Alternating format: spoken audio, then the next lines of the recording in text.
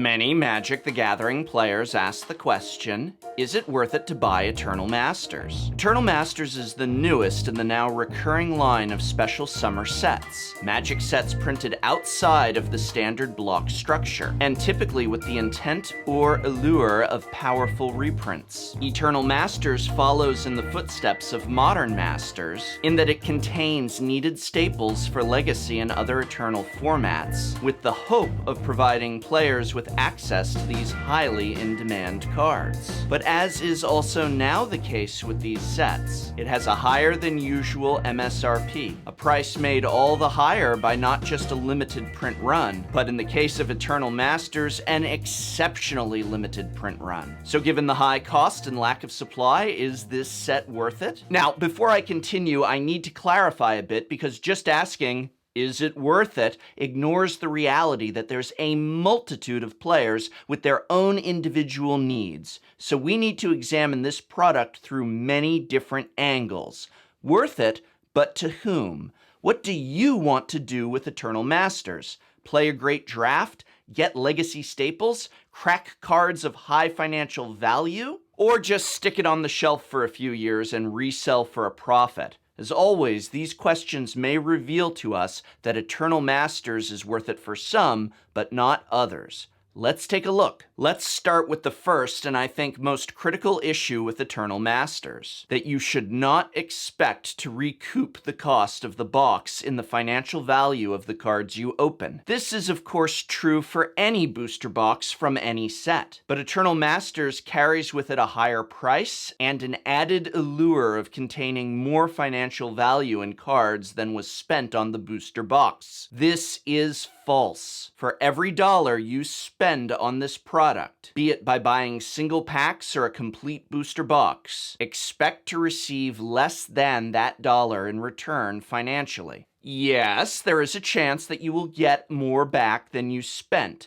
I am sure the comments will be flooded with posts of someone who randomly opened a pack and got a foiled Jace, so how do I like dem apples now? But you must understand, this is a gamble. Buying a pack of Magic cards is like buying a lottery ticket in terms of financial expense and in terms of what you're likely to get back. A few people win big, but most lose their cash. Buying packs for financial gain is the ultimate in gambling, and in the end, the house always wins. This is, after all, a set that was designed first and foremost to be enjoyable to draft. Containing needed reprints is secondary at best. So before we cover reprints, how good of a draft set is this? In a word, very. The design team has done a great job in creating this limited environment. I've heard many players describe this as being akin to the original Modern Masters Limited, not in terms of containing the exact same archetypes and themes, but just in terms of enjoyment and play. Eternal Masters also mixes in major nostalgia by the sheer inclusion of these exceptionally old cards. The new artworks are reminiscent of an older era of Magic, as is the power level and archetypes. All around, it's a blast to draft.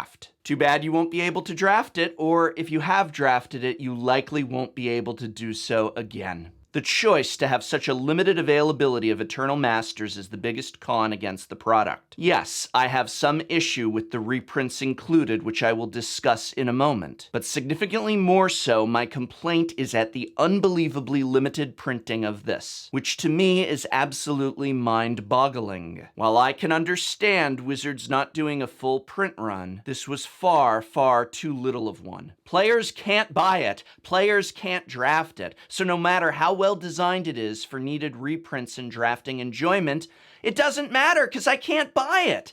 As it is, this is a product that will be enjoyed by those with connections, those with money, and those with some luck, be it the luck to have an awesome local game store offering this at a fair price, or just the luck to happen into some packs or a draft. For the average player, this is just not a set made for you. I've asked this before and I'll ask it again.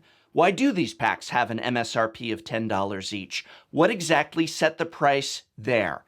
Booster packs that aren't worth their own cost is nothing new. That $4 Khans of Tarkir or Battle for Zendikar booster pack is a gamble. But $10? And then print so few you know they will be unavailable and the price will skyrocket? What message is this sending?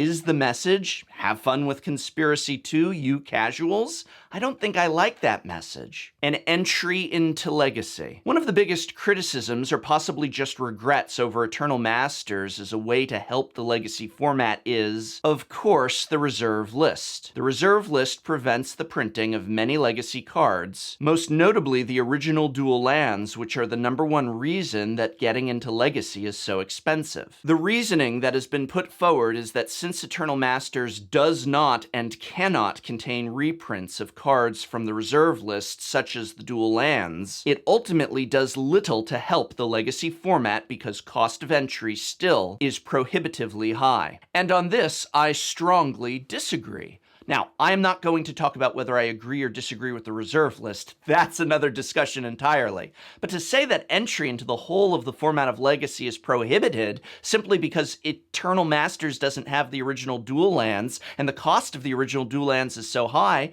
that's just simply not true. First, and most importantly, there are many Legacy decks that run little to no dual lands. No, not just Burn, but decks such as Merfolk, Charbelcher, Affinity, Budget Infect, and Budget Sneak and Show, Standstill, Oops All Spells, Pox, on and on. All of these decks are all accessible and successfully without dual lands or without many dual lands. Offering reprints in Eternal Masters of cards such as Wasteland, Force of Will, Sensei's Divining Top, and even things like Cabal Therapy and Chain Lightning does nothing but help people enter and enjoy the Legacy format if and when the prices on these cards go down. The issue is not a lack of dual lands in Eternal Masters. It is a lack of Eternal Masters itself. Reprints. As is now the trend, the cards that needed reprinting the most have been shifted in rarity so as to ensure the fewest possible of the most needed cards wind up in the hands of the player base. Don't expect to get one of the mythics you desire in a booster box, as on average, an Eternal Masters booster box contains 3 mythics. And if you do get one of the chase mythics, that's probably it, as it is highly unlikely that 2 of the same mythic will be opened from the same box. If you are expecting a Mana Crypt in every box, 2 Jace the Mind Sculptor in one box, a Force of Will in every box, you are going to have a bad time, as you might not even get one of any of those cards. You are just as likely to end up with a Sphinx of the Steel Wind. Let's go back to the idea of the person looking to build a Legacy deck. As of the filming of this video, the lowest I can purchase an Eternal Masters booster box for is $296 online. Compare that price tag to the following. A playset of Wastelands is $140 at the current price of $35 each. You're likely to get 1 Wasteland, maybe 2, in a box of Eternal Masters, but probably not 2. Jace the Mind Sculptor, a mythic you may get 0 of in that nearly $300 box, will cost you about $55 to $60 each currently. Get your playset with just under $100 left. $100? Heck, Bayous are $100 each. Tropical Islands are $150 each. Force of Will between $60 and $70 each. That's right, you can just buy a playset of Force of Will for the cost of 1 booster box of Eternal Masters, a box which might have absolutely 0 of them in it. Buying a sealed Eternal Masters box will not, and I repeat, will not provide you with even the skeleton of a viable Legacy deck. If your goal is to get into Legacy, then the best use of your cash would be to buy the singles you need for the deck you want to build, especially right now as prices are dropping on these reprints. Of the possible 68 rares and mythics, only 23 of them have a value above the MSRP of a pack. And again, we're going off of the MSRP of $9.99. It's selling for more than that, so that's about 33%. If I were grading a student exam and that student scored 33%, that not only would be a fail, but a colossal one. And what about the value of those commons and uncommons? Here, we do see things a little bit more in line with Modern Masters 2013 than 2015, in that there is a handful of cards at this rarity that have notable value, but it's still not very much. Of the uncommons and commons in this set, only 5 have a value above just a few dollars, with the highest being Cabal Therapy and Chain Lightning at about $4.50 each. So what we have here is, again, a set where all the value is in just a few mythics at the top, as well as a handful of rares. Crack a Force of Will and a Mana Crypt? Great, you paid for maybe half the box. Crack a Balance and a World Gorger Dragon? Well, that's likely too.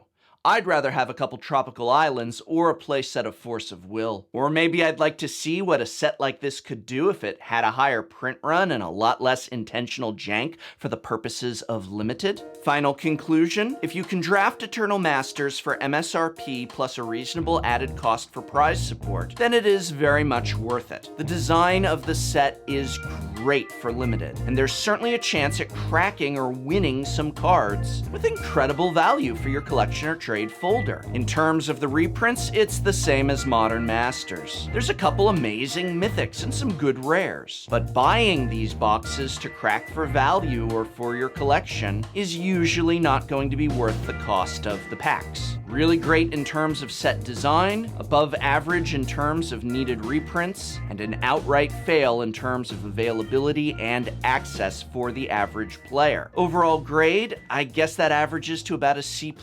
And for those who did get their hands on a sealed box and are asking the question, should I hold on to this for later or crack it open now? The best value financially would be to save it unopened for resale years later. But the best use of it as a Magic player would be to draft it. It's a game. Play it.